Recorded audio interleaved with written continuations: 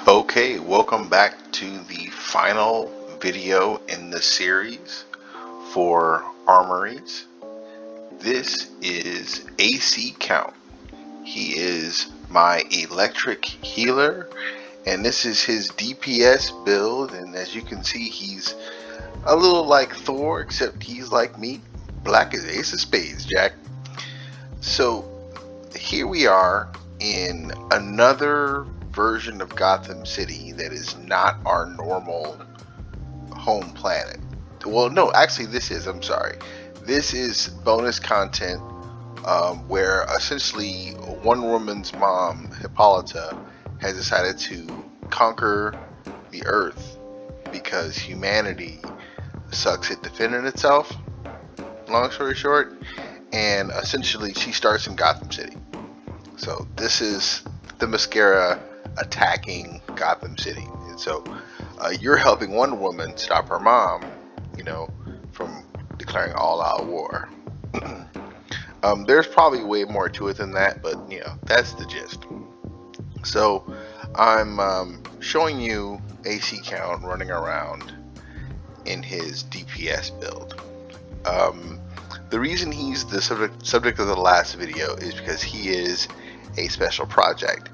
I am going to explore one of the options we went over in the first video with this character, but I'm going to try and make it functional. So I am going to get the gloves of clinging for this character, and so while he is in this damage per second role, he will not be able to use the skimming ability that you might have seen him use a second or two ago. I just don't particularly like skimming when it comes to melee combat, and as you can see, he is a brawler and he uses his fists. So as a DPS, he has some pretty interesting powers in his tray, some important ones at that, for running around by himself. One is he has a shield. So the power you might see me use puts a bubble around him. Very, very important.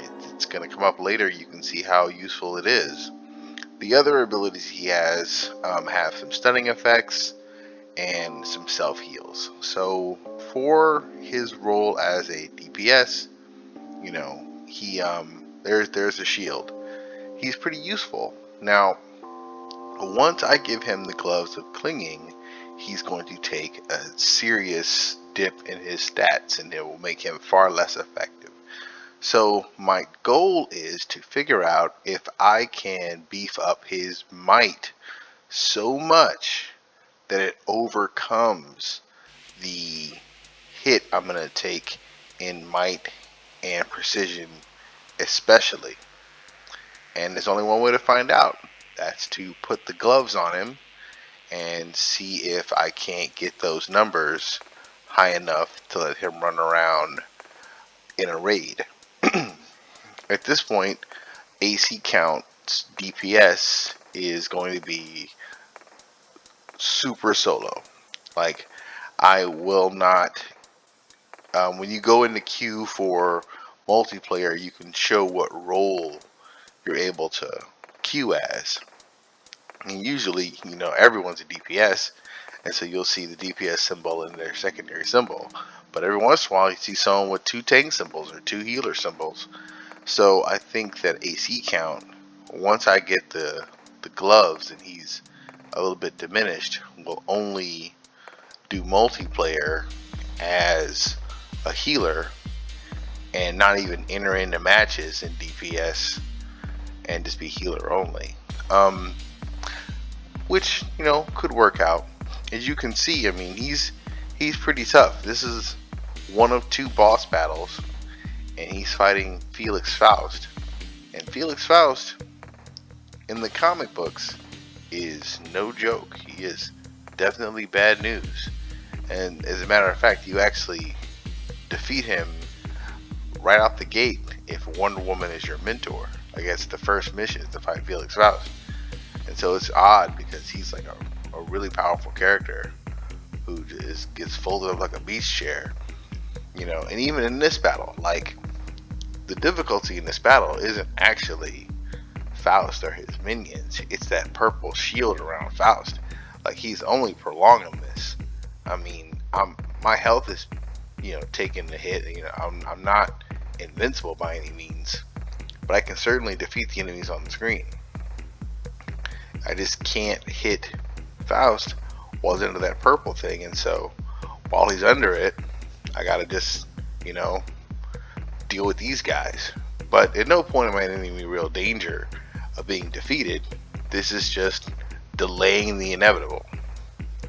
So Faust is gonna, and this isn't cut, by the way. This entire fight from the beginning to end is how long it's actually taken in real time.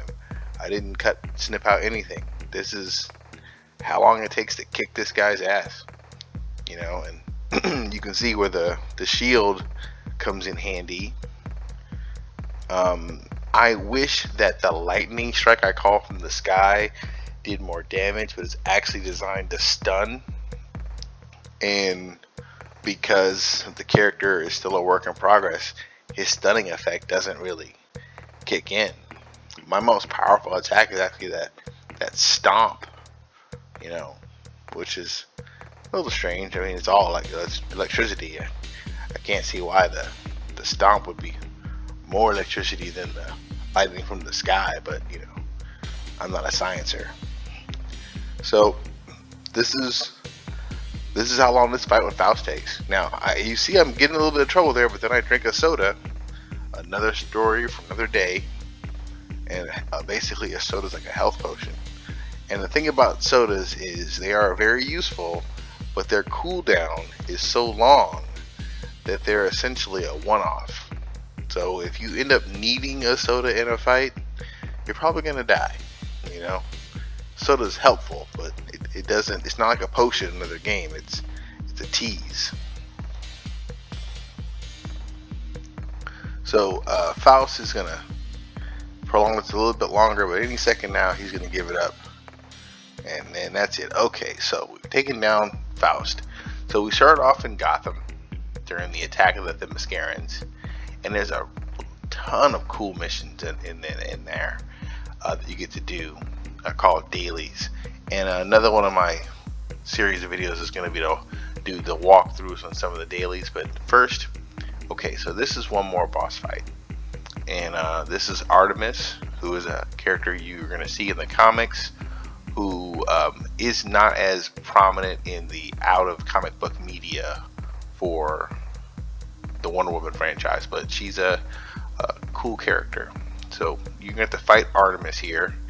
And you saw a second ago I whipped out a hammer. There it is. See the big old hammer? Okay, so that's a whole different aspect of the game. And the reason I haven't used that hammer until now is because, well, it's hard to use it. It takes a combination of button attacks, and for the most part, you're unable to get all those attacks off before either the enemy you're fighting is no longer in range, or they interrupt your attack string.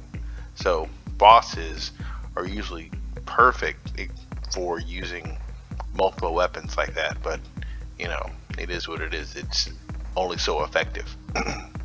She does the same thing I do, which is always cool. So you see she has the bow and arrow and also the shield, so it's essentially the same thing, but she doesn't have a complicated button sequence to employ to use her extra weapon.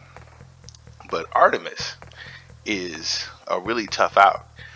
In previous videos you could see that the area determined the cap on my combat rating, and this is another one of those areas where I think the cap is 208. As you can see, AC count is sitting at a 174 and Artemis is at a 194, which means, and I'm not kidding, I mean, I'm going to win this fight. This is recorded, and I'm not going to show you the end because editing mistakes, but I'm going to win this fight, but it's going to be tough. And I tell you, if I had to fight Artemis 10 times, she'd probably win 4 of those fights. That fire attack she uses, the flames, do a ton of damage. And if it wasn't for that shield I have on, she'd kill me, because I would just wouldn't be able to fight her. As soon as she fired that fire, I'd have to try and get out of the flames, and the damage she does to me trying to get out of the flames would be so great that she'd finish me off. Like, this would be a pretty tough fight, even with a stronger character. You know, the whole thing about those flames factors back into that thing I talked about called dominance. So when you use that fire attack, it has two components: the initial burn, and then whether or not it creates, what's called burning. And your dominance score has a lot to do with whether or not that burning applies. See, she's hurt me pretty bad. I had to stop drinking soda. And my character, even though he is in his DPS role, is just not that strong. He doesn't have all of his different accoutrements set up to fight someone like Artemis, or really, really powerful enemies in the game. So that fight ends there like Rocky, but I promise you I won. Now, this is a little bonus. We've got about 4 minutes left. This is AC Count's entirely different other role. And because it's not simply a cosmetic shift, I mean, it's two completely different builds and focuses. Not like just putting on a helmet or a slight costume change. Now he is AC Count, the electric healer, and there's nothing Asgardian about this. Now, the thing about the electric healer role is I don't necessarily love it, and so I don't know that I'm gonna use AC Count to heal all that often. But I mean, cosmetically, I do dig the costume I picked for him. So basically, in his healer role, he doesn't have any of the powers in his DPS tray except for one. His only actual attack, the only ability in that tray that attacks, is that first ability. All the other abilities are for healing. They either heal immediately or they heal a little over time, and they all have a triage effect, which means that once I fire it off, it will work on the characters in my party that need it the most. So my job in this mission, this fight against Doomsday, you just may have noticed, is to keep everyone standing, long enough to take out Doomsday. If you look at the list of characters, you can see that there are little symbols next to their names. So Carrion Departure is a troll, Queen is a healer, and Your Squishy is a tank. So I am sort of backing up Queen because it's almost a guarantee she's a more effective healer than myself. But I mean, every little bit helps. As you can see, some of these guys are getting hit pretty hard. Now, I want you to also notice the numbers popping up on the screen. Now, anytime you see a number on the screen, that number is in fact attributed to me in something that I'm doing. Other players see a whole different set of numbers as they play. So the yellow numbers coming off of Doomsday is when I damage him. The green numbers coming off of me and other players is when I give them health. The reason the green numbers keep popping up like that is because that purple haze in the air is constantly damaging us, which means is if there's no healer on this stage, just standing there will kill you. Literally. You're just constantly losing health like you're playing Gauntlet. So the healers in this stage, both me and Queen, are literally constantly keeping everyone up so that they can keep fighting. The reason our partners keep dropping like that, you see the healing symbol guy over there, he's getting picked up off the ground, is because even with us keeping them healed, Doomsday hits really hard.